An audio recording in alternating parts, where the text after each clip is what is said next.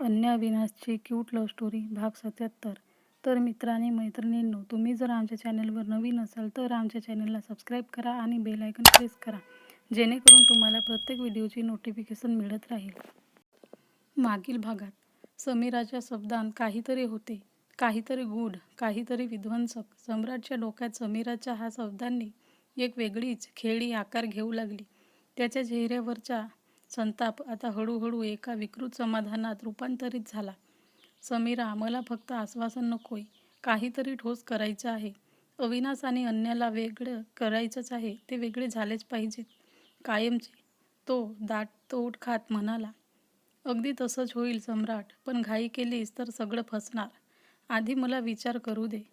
समीराच्या आवाजात एक आत्मविश्वास होता. ठीक आहे, पण वेळ कमी आहे. मला परिणाम हवाय, आणि तो लवकर. सम्राटने आपल्या मुठी आवडल्या. तर आतापासून पुढे होईल तसंच. आता फक्त बघत राहा. पुढचे काही दिवस अन्यासाठी फारच कठीण असणार आहेत. समीरा मंद हसली. सम्राटचा राग थंड होत होता, कारण त्याला खात्री होती की समीरा काहीतरी भयंकर खेळणार आहे. तिकडे समीरा व सम्राट अविनाश व अन्याला वेगळे करण्याचा प्रयत्न करत होते, आणि इकडे या सगळ्यापासून अनभिज्ञ असणारे अविनाश व अन्याच्या घरचे लग्नाच्या तयारीला लागले देखील होते. आज सकाळीच अन्या, मयूर व तिची आई बाबा अविनाशच्या घरी आलेले. त्यांना कारणही तसेच होतं. लग्नाचा मुहूर्त काढण्यासाठी आजींनी भटजींना जे बोलावलं होतं.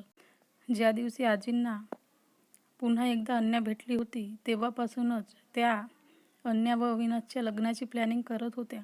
पण ते आजारी असल्याने व घरातील वातावरणामुळे त्यांचा उत्साह थोडा मावळला होता. पण त्यांचे केअरटेकर म्हणून अन्याच्या घरी येण्याने त्यांच्या ओसार पडलेल्या घराचं चित्र पालटले होते, आणि हे सगळं अन्याच्या घरी येण्याने झालेले होते हे सगळ्यांना आज पटलं होतं. म्हणून आजींना आणि घरच्या सगळ्यांनाच तिच्यासाठी काही करू आणि काही नको असं झालेलं. तरीही आजींना कुठे ना कुठे समीराचे शब्द देखील आठवत होते, आणि म्हणूनच त्यांची अशी इच्छा होती की लवकरात लवकर त्यांच्यासाठी त्यांनी सकाळी सकाळी पंडितजींना बोलावलं होतं. या गुरुजी बसा, आम्ही सगळे तुमचीच वाट पाहत आहोत. आजी गुरुजींना बसायला सांगून बोलल्या. शुभम भवतु म्हणत गुरुजींनी घरात प्रवेश केला व पाटावर बसले. घरातील सगळ्यांनी त्यांना नमस्कार केला व त्यांचा आशीर्वाद घेतला. त्यांनी मग डोळ्यावरील जाड भेंगाचा चष्मा सरळ केला आणि हातातील पंचांगावर त्यांची नजर फिरवली. आज शुभ दिवस आहे, गुरुजींनी पंचांगांकडे पाहत म्हटले. चला तर मग दोघांच्याही नावाप्रमाणे आणि नक्षत्रांप्रमाणे शुभ मुहूर्त काढूया. गुरुजी यांना अविनाशकडे पाहून बोलले. तसे ते दोघेही थोडे लाजले. त्यांच्या चेहऱ्यावर आनंदाची आणि उत्सुकतेची भावना स्पष्ट दिसत होती. मयूर त्यांच्या बाजूला बसून हळूच गालात हसला व अन्याला चिडवू लागला.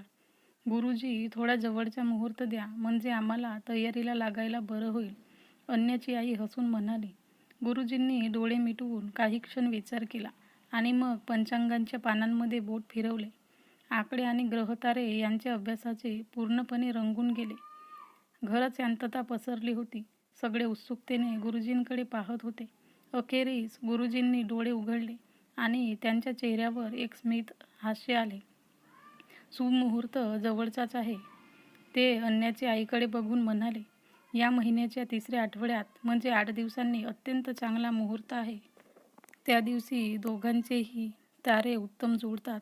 गुरुजी आनंदाने बोलले व अविनाश आणि अन्या एकमेकांकडे आनंदाने बघतात. त्यांच्या चेहऱ्यावरचा आनंद अवर्णनीय होता. 8 दिवसांनी? अहो गुरुजी, थोडा लांबचा मुहूर्त बघा ना. 8 दिवसात माझी तयारी कशी काय होणार? शिखा मंद गालात हसत बोलली. आणि अविनाशने तिच्याकडे खाऊ का गिळू या नजरेने पाहिलं. त्याची ही रिॲक्शन पाहून अन्या मात्र गालात हसली. शिखा, अविनाशने बारीक डोळे करून तिच्याकडे पाहिलं आणि चेहऱ्यावर बरडेच हसू आणून बोलू लागले. तुझ्या माहितीसाठी सांगतो, लग्न आमचं दोघांचं आहे आणि आम्हाला तयारीसाठी 1 दिवसही पुरेसा आहे. तर मग तुला 8 दिवस कसे पुरणार नाहीत हेच मला कळत नाही. अविनाश आपल्या रागावर कंट्रोल करत बोलला. हो गुरुजी, मलाही असंच वाटतंय की पुढच्या एखादा मुहूर्त बघावा, कारण बाकीची सगळी तयारी तर व्हायला हवी ना. माझ्या लेकाचे लग्न आहे. रतनही आपले हसू आवरत बोलले. बरं मग ठीक आहे, मी दुसरा मुहूर्त बघतो. गुरुजींना त्या दोघांच्या बोलण्याचा रोज समजला व तेही अविनाशची थोडी मज्जा घेऊ लागले. आणि मग दुसरा मुहूर्त आजींनी उत्सुकतेने विचारले. त्यांना शक्य असल्यास लवकर लग्न व्हावे असे वाटत होते, पण त्यांनाही आयता आलेला मौका सोडायचा नव्हता. दुसरा मुहूर्त थोडा लांब आहे, 6 महिन्यानंतर. पण पहिला मुहूर्त सर्वोत्तम आहे. गुरुजींनी पुन्हा पंचांगात पाहिले. मग गुरुजी, तुम्ही पहिलाच मुहूर्त पक्का करा. कोणी काही बोलायच्या आधी अविनाश उतावीळपणे बोलला. तसा हॉलमध्ये एकच हसा उसळला. आजी, तुझ्याकडे भाईच्या या सिच्युएशनला मॅच होणारी एखादी म्हण आहे का गं? म्हणजे आपण ती भाईसाठी टॅगलाईन करू.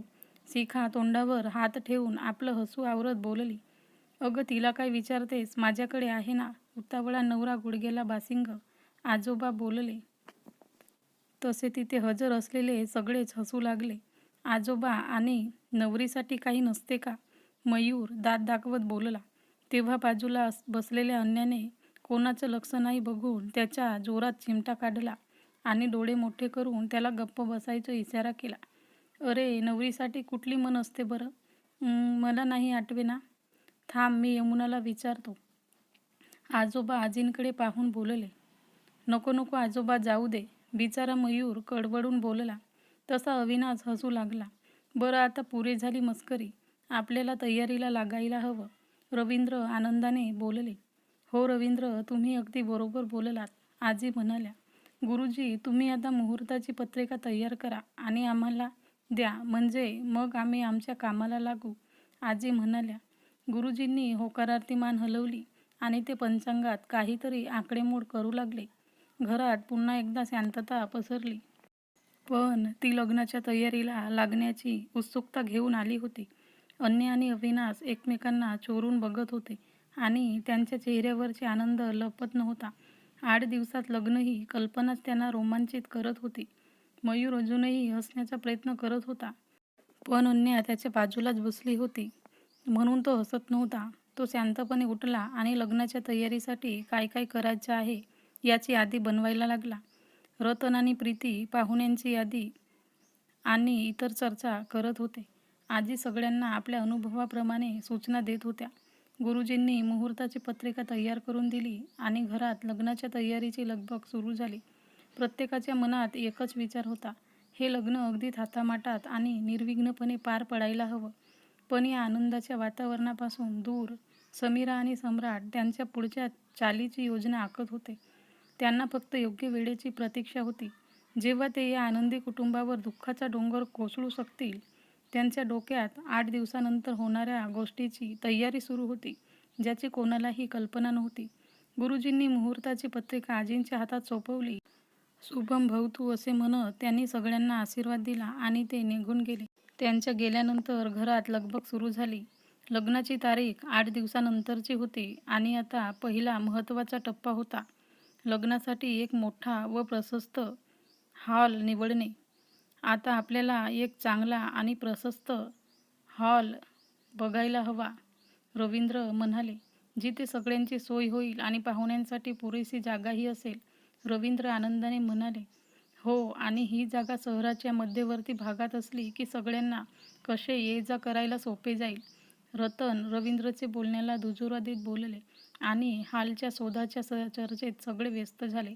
हे बघा, आपण आपल्या शहरातील हॉलला शोधूया आणि इथे लोकांचे रिव्ह्यूज पण आहेत, म्हणजे आपल्याला समजेल की तेथील सोय कशी आहे. शिखा पटकन आपला लॅपटॉप घेऊन आली आणि सगळ्यांना शहरातील वेगवेगळे हॉल दाखवू लागली. सहजच अन्याचे लक्ष अविनाशकडे गेले, जो तिच्याकडेच बघत होता. काल रात्री एंगेजमेंट झाल्यापासून अविनाशला तिच्याशी मनसोक्त बोलायला वेळच मिळाला नव्हता. कालचा दिवस त्याच्यासाठी एका स्वप्नासारखा होता, सुखद धक्क्याने भरलेला. त्याला अजूनही विश्वास बसत नव्हता की अन्या आता त्याची जीवनसाथी होणार आहे.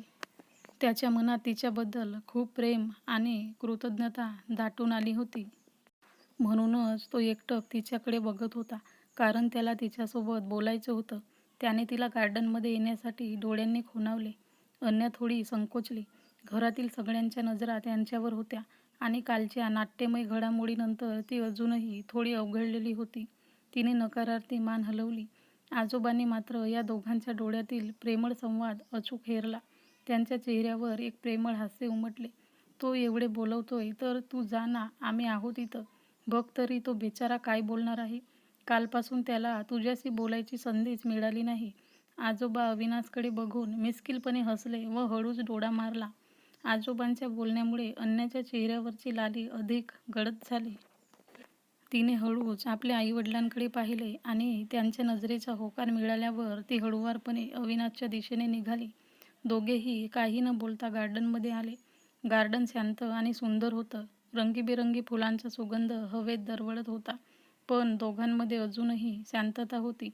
अविनाश तिच्याकडे प्रेमळ नजरेने पाहत होता, तर अन्याच्या मनात कालच्या एंगेजमेंटची आणि आता अविनाशच्या सहवासाची एक वेगळीच हुरहुर होती. दोघांनाही आपले विचार आणि भावना शब्दांत कसे व्यक्त करावे हे समजत नव्हते. चालता चालता अन्याची नजर कोपऱ्यात असलेल्या शांत निळ्या रंगाच्या स्विमिंग पूलवर गेली. पाण्याचे शांत आणि नितळ सौंदर्य तिला आकर्षित करत होते आणि नकळत तिची पावले त्या दिशेने वळली. अविनाशही तिच्या मागे यंत्रवत चालत होता. दोघांच्या मनात कालच्या सुखद धक्क्याचे आणि आत्ताच्या भेटीचे विचार गर्दी करत होते, पण त्यांना शब्दांची साथ मिळत नव्हती. स्विमिंग पूलच्या काठावर पोहोचल्यावर अन्याने अविनाशकडे पाहिले व आपला हात पुढे केला. तिला पाण्यात पाय सोडून बसायचे होते, त्यामुळे तिला त्याच्या आधाराची गरज जाणवली. अविनाशने तात्काळ तिचा हात आपल्या हातात घेतला आणि तिला आधार दिला. अन्या हळुवारपणे पाण्यात पाय सोडून बसली. पाण्याच्या स्पर्शाने आणि अविनाशच्या सोबत असल्याने तिच्या चेहऱ्यावर एक मंद आणि शांत हसू उमटले. अविनाशही तिच्या बाजूला बसला, पण तिचा हात काही सोडला नाही. अविनाशचा स्पर्श होताच आज अन्याच्या गालावर लाली चढली. ती लाजली आणि हळूच दुसरीकडे तोंड वळवून बसली. तिच्या चेहऱ्यावर आनंद आणि लाजरे भाव एकत्र दिसत होते. अविनाश तिच्याकडे प्रेमळपणे पाहत राहिला. त्या शांत वातावरणात दोघांचे हृदयाची धडधड मात्र एकमेकांना ऐकू येत होती.